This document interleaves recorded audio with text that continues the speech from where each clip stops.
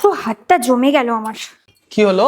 আরে রান্নাঘরে বাসন মাজছিলাম, এত ঠান্ডা জল, হাতে আর কোনো শান নেই আমার। তো তোমাকে তো কতবার বললাম যে কিচেনে একটা গিজার লাগিয়ে দিই। হ্যাঁ, গিজারটা তো ফ্রিতে আসে, টাকা লাগে না। দিদি বলছি, পরিষ্কার করার কাপড়টা কোথায়? ওই সিঁড়ির নিচে রাখা আছে, নিয়ে নে। আমি এক কাজ করি, কিচেনের জন্য একটা গিজার অর্ডার করে দিই। আরে কোনো দরকার নেই, শীতকাল তো মাত্র 2 মাস থাকবে, এখন আর শুধু শুধু টাকা নষ্ট করো না। আর আমি তো ভাবছি শ্রুতিকেই বলবো, এমনিতে তো ও ঝাড়ু পোছা করেই, আর কতই বা দিই, 1500 টাকা দিই মাত্র, আর না হয় 500 টাকা বাড়ি 2000 টাকা করে দেবো। ঠিক আছে, দেখো কথা বলে দেখো কি বলে। আমি আসি, আমার লেট হচ্ছে।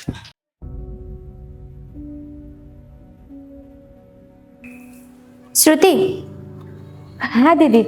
তুই তো এমনিতে ঝাড়ু পোছা করছিস, আমাদের রান্নাঘরে দুবেলা বাসন জমে যায়, তুই কি ধুয়ে দিতে পারবি? বাসন? কোনো অসুবিধা? না দিদি, অসুবিধার কি আছে, আমি ধুয়ে দেব। কত টাকা নিবি? দিদি সেটা আপনি বলুন। ঠিক আছে, তাহলে তোকে বাড়ি 2000 টাকা করে দিচ্ছি। ঠিক আছে। ঠিক আছে।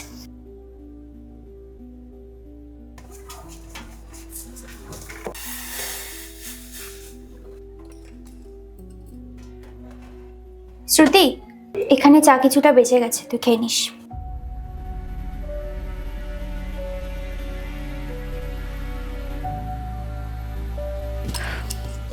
রাতে কি খাবে? আরে খাওয়া দাওয়া পরে হবে, অত চাপ নিচ্ছ কেন? তুমি একটু বসো তো। এই শোনো, আমার না এখন বসার সময় নেই, এক্ষুনি রান্নাঘরে বাসন ধুতে যেতে হবে। কেন? শ্রুতি আসেনি? না, আসেনি, আর 3 দিন ধরে আসছে না। কেন? ভগবান জানে কি কারণ।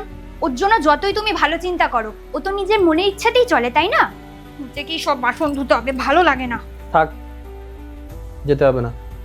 আজকে বরঞ্চ অনলাইন থেকে কিছু অর্ডার করে দিই, কে জানে কালকে চলে আসতে পারে ও।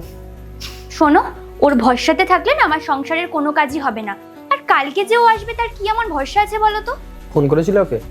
করেছিলাম, ধরেনি। শোনো,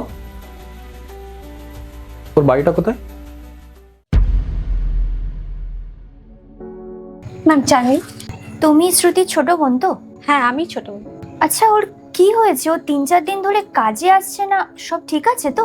আপনি জানেন না, দিদির তো শরীরটা খুব খারাপ, হসপিটালে ভর্তি, নিউমোনিয়া হয়েছে, আর ডক্টর বলেছে 4-5 দিন লাগবে ঠিক হতে, আর ঠিক হলেই দিদি কাজে চলে আসবে। আপনি জানেন না? না না, ডক্টর মানা করেছে চা খেতে, এমনিতেও খাওয়ার সময় হয়ে গেছে। আমরা আসি, ও ঠিক হলে কাজে আসতে বলো।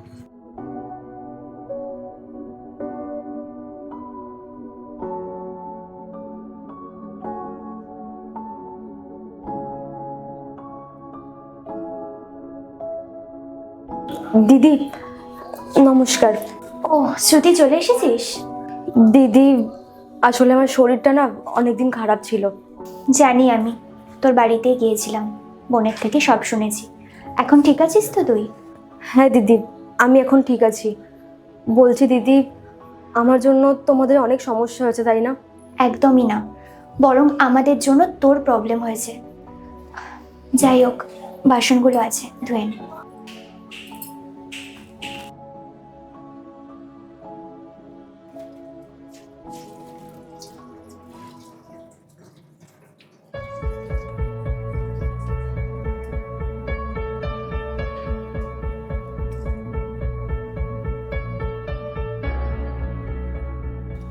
শ্রুতি, তুই চা খাবি তো?